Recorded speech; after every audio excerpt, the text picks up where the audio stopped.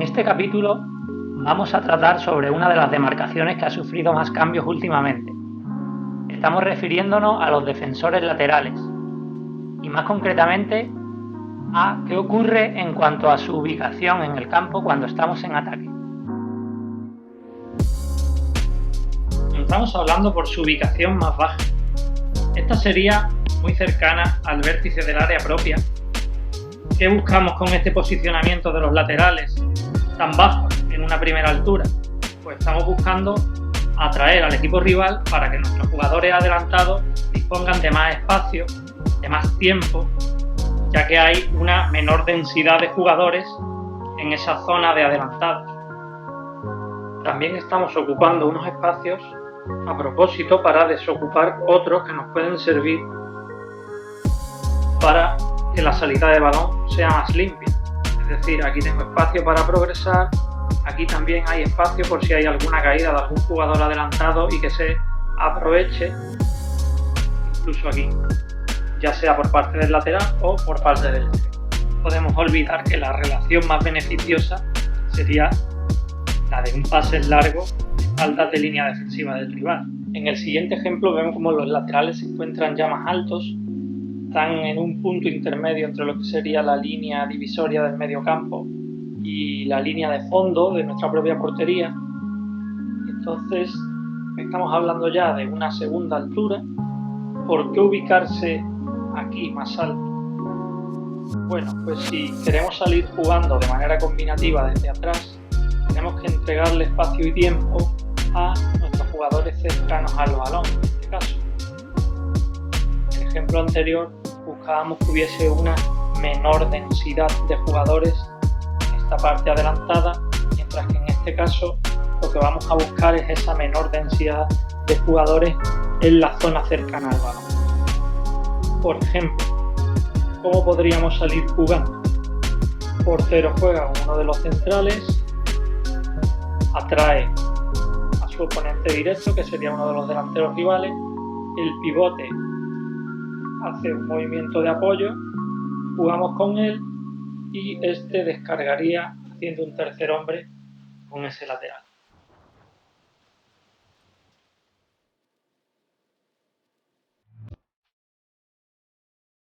Los laterales no tienen por qué permanecer siempre en el carril exterior. He aquí un ejemplo del Manchester City de Guardiola, donde Delph se mete por dentro en salida de balón. Pasando ya a otro momento del juego, uno de los centrales con balón, vemos a los laterales que están en una posición muy cercana al medio campo. ¿Qué puede ocurrir? Pues puede ocurrir que uno venga en apoyo y el otro gane en profundidad e intentemos de esta manera pues salir jugando con estos tres. Puede ocurrir que quizá los dos vayan alto, de manera que la línea defensiva rival necesite a un jugador más y tenga que ajustarse, y mientras está haciendo todo ese proceso es uno de los interiores el que se lateraliza para poder recibir y jugar. Evidentemente, si se produce este tipo de comportamiento, lo que estamos buscando es ganar muchísimos jugadores en nuestra última línea, probablemente para poder lanzar, ya bien sea al lateral, bien sea a otro jugador, y poder progresar en el juego. De esto también se puede aprovechar, de estas amenazas a espalda de línea defensiva rival, se puede aprovechar algunos de nuestros jugadores adelantados para venir en apoyo y de una manera pues de engaño al rival poder recibir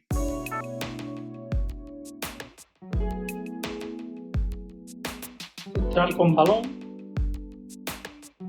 Imaginad que queremos esta relación, o que queremos, si fuese el caso del otro central, esta relación. No la conseguimos porque hay un futbolista rival que está impidiendo esa línea de pase. Entonces, ¿qué podemos hacer para que ese futbolista rival, en este caso el extremo, no esté ahí? Bien, si nosotros jugamos hacia uno de nuestros laterales, ¿qué va a ocurrir? Va a saltar extremo, ¿vale? Va a saltar el lateral a pegarse al extremo nuestro y tampoco tengo esta línea de pase limpia. Entonces, soluciones. Los laterales se van a meter por dentro y con este movimiento de los interiores estoy hundiendo un poco más a esos tres centrocampistas rivales.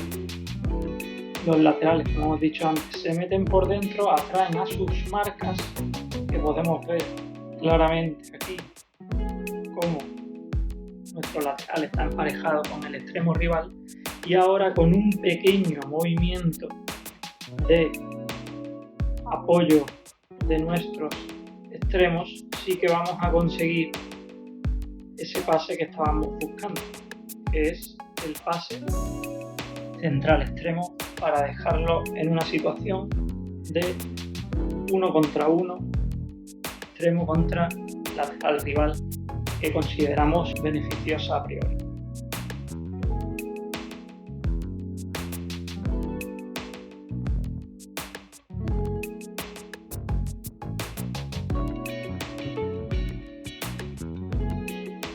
Pero meter a los laterales por dentro no solamente nos da beneficios para atacar, sino que también es una gran ventaja a la hora de la transición ataque-defensa, ya que si perdiéramos el balón en esa situación, como vemos, hay una superioridad numérica de los jugadores del Manchester City sobre los rivales, de 4 contra 3.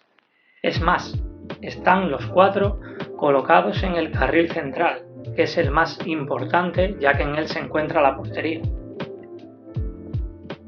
Un matiz que considero importante, que tanto lateral como extremo de la misma banda no estén ocupando el mismo carril. En este caso están los dos ocupando el carril exterior. Si dividimos el campo en 5 carriles, ¿cuál es la propuesta?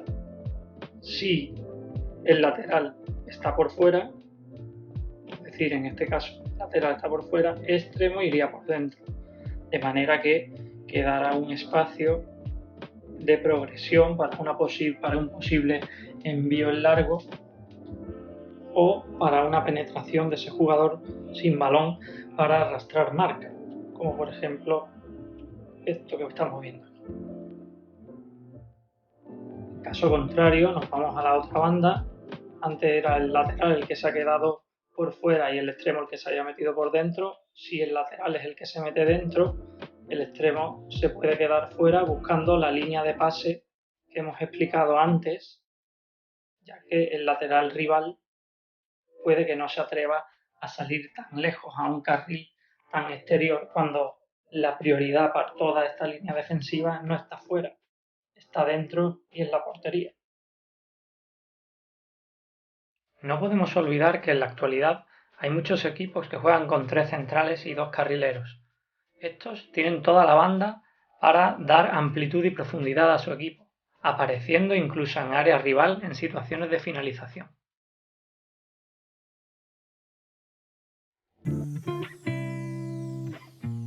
En fin, concluimos este capítulo de ubicación en ataque de los laterales viendo algunas imágenes rápidamente como esta del City de Guardiola, en las cuales un lateral está más profundo que el otro. En esta otra también del City apreciamos cómo no queremos conseguir la profundidad con los laterales, sino que preferimos hacerlo con los extremos. En este caso vemos como el Nápoles de Sarri siempre dejaba a uno de los laterales atrás incorporando al otro. Y qué decir de esta genial imagen del Athletic Club de Bielsa, todos al ataque dejando atrás únicamente a los 2 centrales. Más imágenes de un equipo de Marcelo Bielsa, en este caso su actual club, el Leeds United, donde apreciamos al lateral derecho por dentro, finalizando mediante disparo lejano y haciendo gol. Concluye aquí el primer capítulo sobre los laterales. Si te ha gustado y te gustaría ver más capítulos de este tipo, suscríbete, danos like y deja tus comentarios. Muchas gracias.